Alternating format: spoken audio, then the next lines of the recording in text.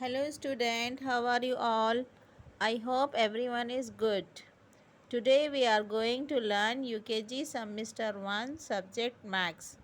Now open your book. Page number 85. Page number 85, this is your lesson number name. पिछली class में आप लोग number name पढ़े थे ना 15 एंड 16. आज हम पढ़ेंगे 17, 18. ओके.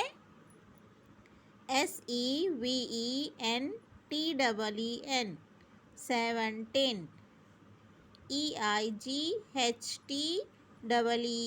18. ओके.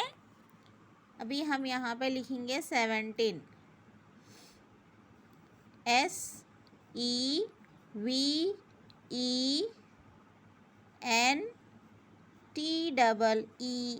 17. 2 टाइम लिखना है आप लोगों को.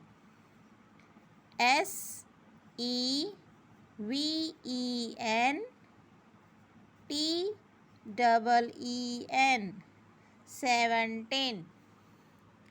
Next 18. EIGHTEEN 18.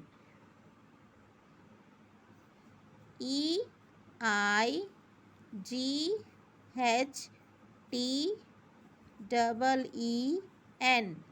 18. EIGHTEEN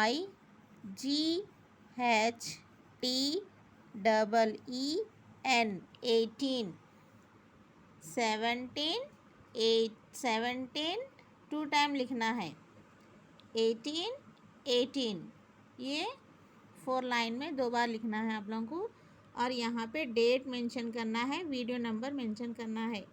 13 today is date 13/9/21, video number 18.